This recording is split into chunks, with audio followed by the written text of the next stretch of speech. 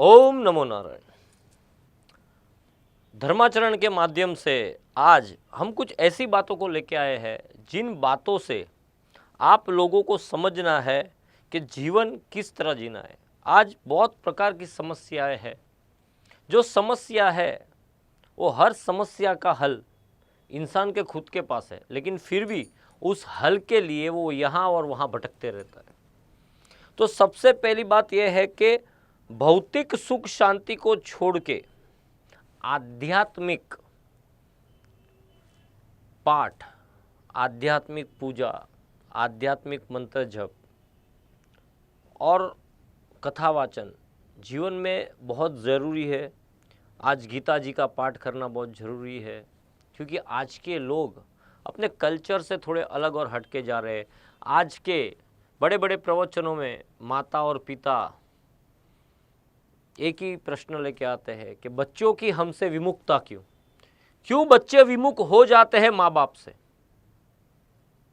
किस लिए विमुख हो जाते हैं? क्योंकि उनको घर में प्यार नहीं मिलता? नहीं, ऐसी बात नहीं है। कोई ऐसे माँ बाप नहीं रहेंगे जो अपने बच्चों से लगाव ना रखे। फिर भी ये बच्चे क्यों विमुख हो जाते हैं? क्योंकि मेरे मानने से और मैं जो मानता हूँ, मैं जो जानता हूँ और मैं जो समझा सकता हूँ, मेरी जो क्षमता है, मेरे गुरु जी का जो आशीर्वाद है, उसके माध्यम से जो मैं समझा सकता हूँ, मैं इतनी बात करूँगा कि जो बोओगे वही पाओगे। जो आपने बोया है वही आप पाओगे। जो आपने अपने बच्चों के सामने अपने माता पिता के साथ सलूक किया है, वही आपके बच्चे इस कलयुग में आपको प्रदान करेंगे। तो ये आदान प्रदान की बात हो गई। ये विमुखता का मूलभूत कारण स्वयं खुद माता पिता है। बहुत लोग बोलते हैं बच्चों के सर्कल खराब है, बाहर के संस्कार खराब है। नहीं, आज के माता पिताओं का ध्यान बच्चों पे संपूर्ण प्रकार से है ही नहीं। जो संपूर्णता होनी चाहिए ध्यान में, वो ध्यान में यदि संपूर्णता आवे कि जब बच्चा माँ बोलना सीखे, बाप बोलना सीखे, पिता बोलना सीखे, दादा बोलना सीखे, दादी बोलना सीखे, तब से संस्कार का सिंचन यदि किया होता तो आज ये विमुखता नहीं आती। उसे सिखाया होता कि ये तेरा दादा है, उसके पांव पड़ना है, उसको वंदन करना है, उसको चरण स्पर्श करना है। यहाँ तो खुद ही नहीं किया तो बच्चों को क्या बोलोगे? तो मेरा मानना और मेरा कहना ये है कि बच्चों की जो विमुखता को लेके बहुत सी बातें बहुत सी जगहों से आ रही है, बहुत लोगों के प्रश्न आ रहे हैं।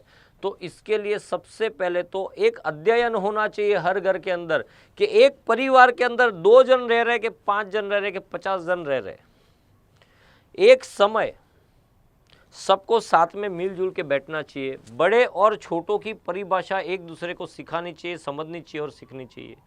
जो घर में सबसे बड़ा है उन्हें सबको ज्ञान बांटना चाहिए, लेकिन आज तो उसके पास भी ज्ञान होना बहुत जरूरी है। अरे ज्ञान है कि नहीं है वो बात अलग हो गई, लेकिन गीता जी का पारायण हर घर में होना चाहिए। श्रीमद् भागवत जी का पारायण हर घर में होना चाहिए। संस्कारों की बात होनी चाहिए। जब भी संस्कारों की बात होगी तो संस्कार आएंगे, तो संस्कार मिलेंगे, तो ये विमुखता जाएगी। लेकिन आज इस कलयुग में, इस भौतिक युग में लोगों को मोबाइल में से बाहर निकलने को टाइम नहीं है। श्रीमद् भागवत गीता जी कहाँ खोलेंगे, श्रीमद् भागवत ग्रंथ कहाँ खोलेंगे, शिव पुराण कहाँ खोलेंगे, देवी भागवत कहाँ खोलेंगे, देवी पुराण कहाँ खोलेंगे? इस सब के लिए तो टाइम नहीं है, क्योंकि सब सोशल मीडिया के माध्यम से हाईलाइट है।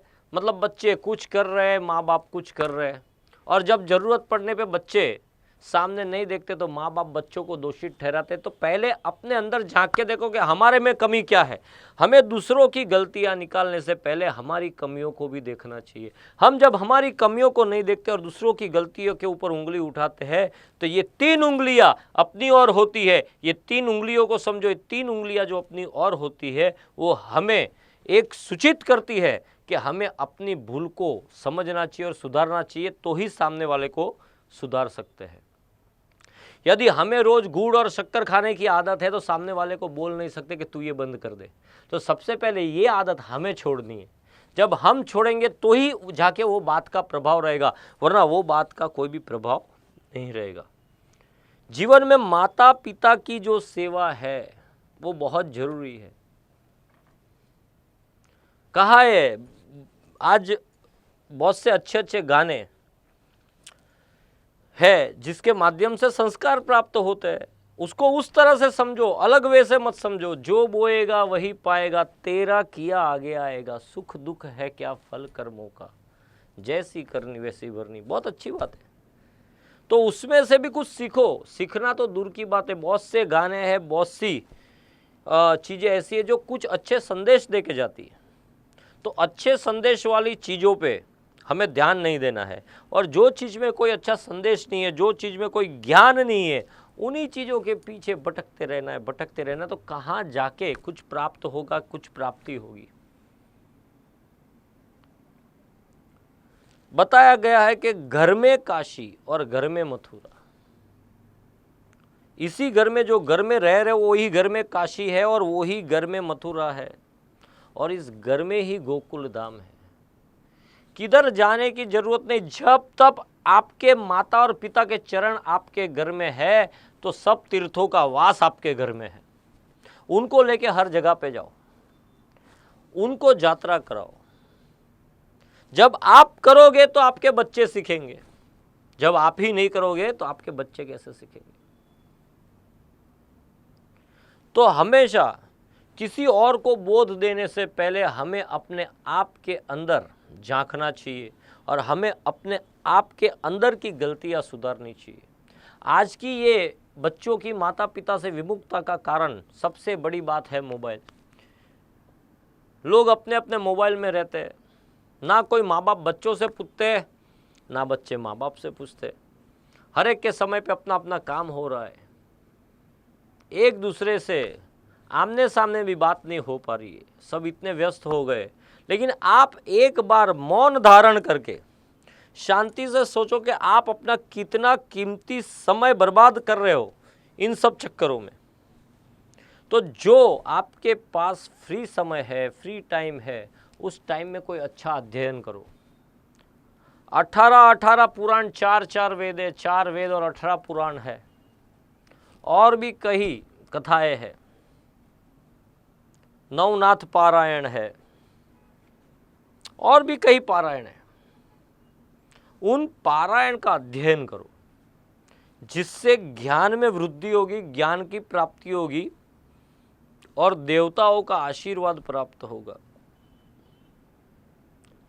जब आप करना चालू करोगे तो वो देख के आपके बच्चे भी आपके साथ में घुल मिल जाएंगे। आज कोई जगह पे कथा है तो माँ बाप बच्चों को बोलते हैं, अरे अभी तो तेरी पढ़ाई लिखाई की उम्र है, अभी तो कमाने की उम्र है, तेरे को कथा में जाने की जरूरत क्या है। अरे साथ में लेके जाओ, 2 घंटा बैठेगा, जो टाइम वेस्ट कर रहा है वो 2 घंटा आपके बाजू में बैठेगा। भले पूरी की पूरी कथा समझ में ना आवे, 2 शब्द तो उतरेंगे कान में। पठनम, श्रवणम, मननम, चिंतनम, ये सब चीज से कुछ ना कुछ प्राप्त होता है। लेकिन क्या होता है कि गलतियां किसकी है, तो ये गलतियां परवरिश में है। हर एक को अपनी दुनिया में रहना है और जरूरत पे जब इस सामने वाला साथ नहीं देता तो उसे दोष देना है। तो दोष मत दो, ये दोषी आप खुद हो। आप अपने बच्चे की उंगली पकड़ के संस्कार सिखाओ, संस्कृति समझाओ, सनातन सिखाओ, सनातन समझाओ कि हमारा धर्म क्या है, हमें कैसे चलना चाहिए। तो कभी भी ये विमुखता आएगी ही नहीं, ये विमुखता बहुत बहुत दूर चली जाएगी। लेकिन हर एक व्यक्ति अपनी पर्सनल जिंदगी जीना चाहता है। अपनी पर्सनल जिंदगी जीने के चक्कर में वो भूल जाता है कि वो अपनों से दूर हो रहा है। तो ये दूरियां लंबी ना हो उसके लिए एक साथ में जीवन जियो। परमात्मा ने आपके घर में शिव स्वरूप पिता और मां पार्वती स्वरूप माता का रूप दिया है, उसको समझो। उन माँ बाप को उनके माता पिता के बारे में ये सोचना है और उनके बच्चों को उनके बारे में ये सोचना है। जब ये सोच आ जाएगी तो कभी भी विमुखता सामने नहीं आएगी और कोई भी घर के अंदर क्लेश और कलह नहीं होगा। मेरी वाणी को विराम देते हुए ओम नमो नारायण।